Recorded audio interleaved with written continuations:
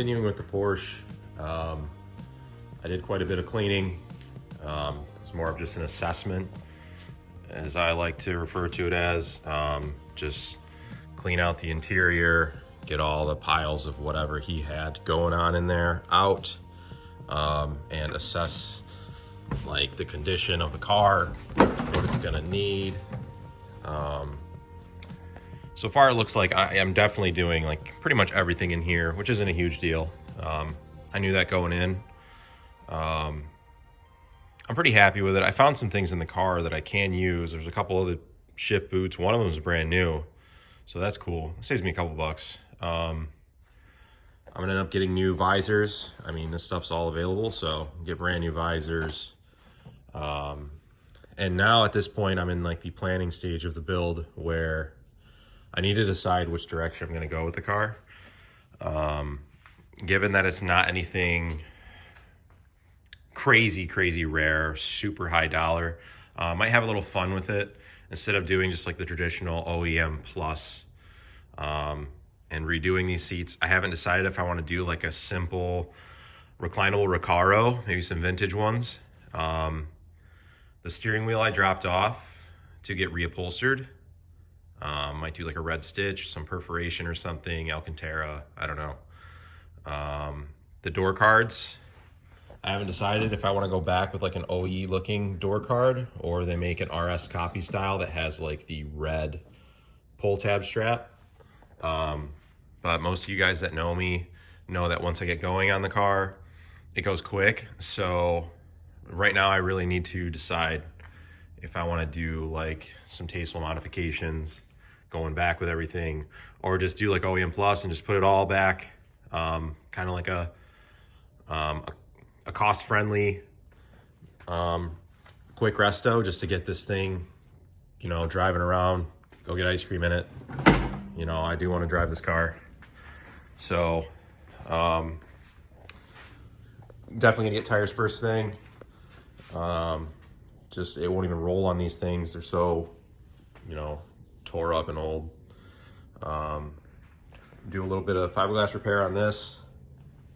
The front area, I found some carpets for this in the car, bundled up, but I mean, it doesn't look very good, so I'm just gonna buy new of that as well. That's the AC compressor. I don't know if I'm gonna go back with AC with this car. It's a Targa, that's like free AC to me, so less stuff you gotta deal with.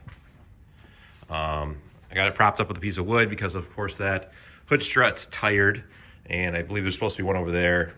There's a couple sitting right there, so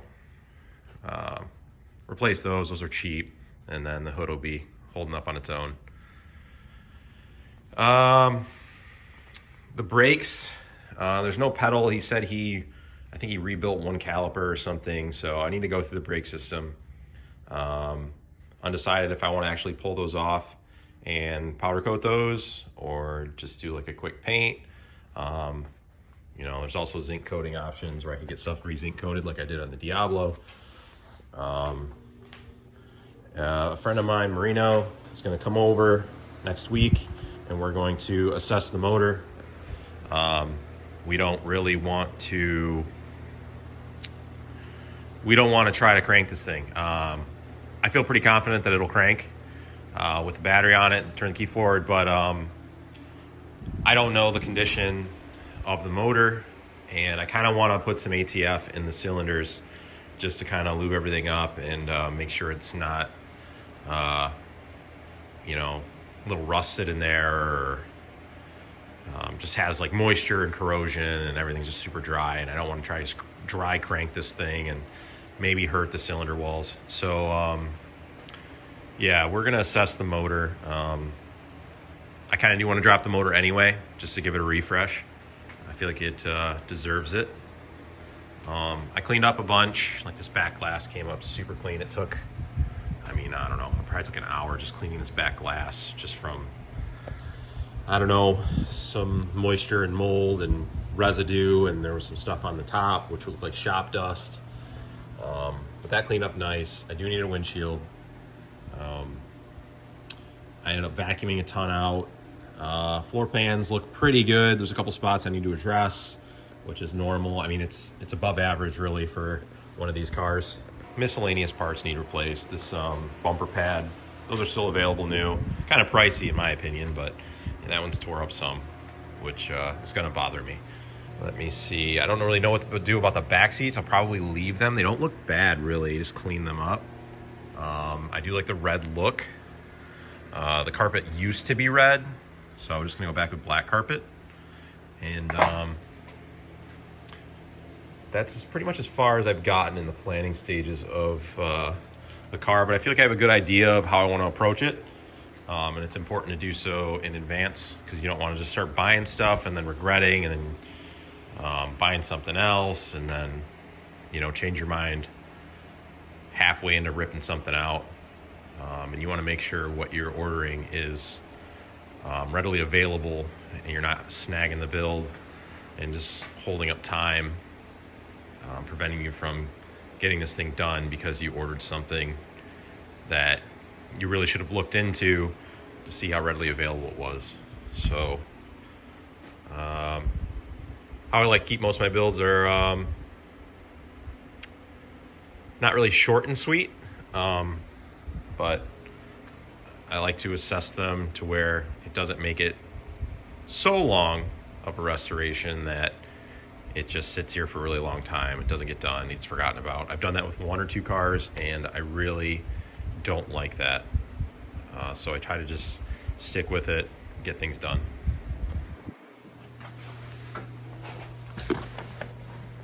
All right, go ahead and hook it up. Okay. It's on? Yeah.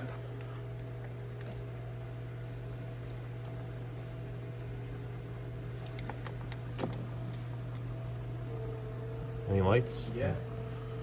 Yeah? And not the headlights, but those, like the corner lights.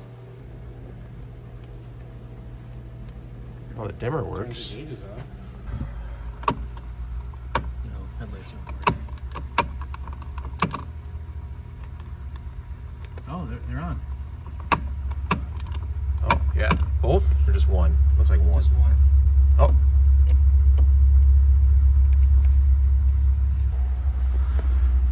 This. Headlights work. Does this thing actually plug in?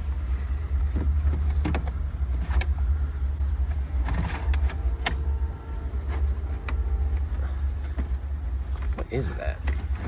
Cigarette. Pull the radio out. Oh, don't like that.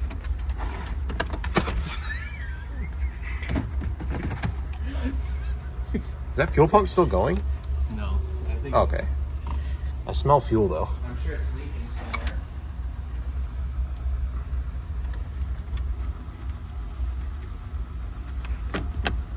Oh, that sparked. Did spark.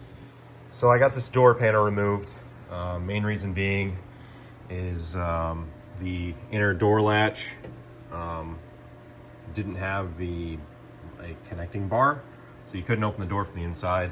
The lock mechanism isn't hooked to anything, and they actually had a self tapper going through here to make it to where this lock mechanism wouldn't go up and down. It doesn't matter anyway because it's not connected to anything, but I'll get that figured out and replace that bar. And since this door latch mechanism is missing anyway, and it still actuates, if you pull this, you can open the door from the inside. I might go with that RS style door panel with the red pull strap to open the door. And I think it looks really cool anyway. So that'll solve the door handle issue. That one's also broken, so then I won't have to replace that one. I can just do the full door panel.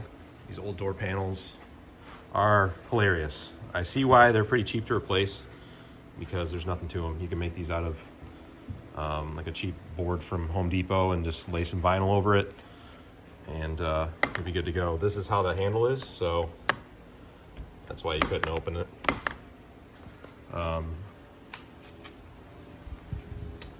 Yeah, so that's it for the door panels.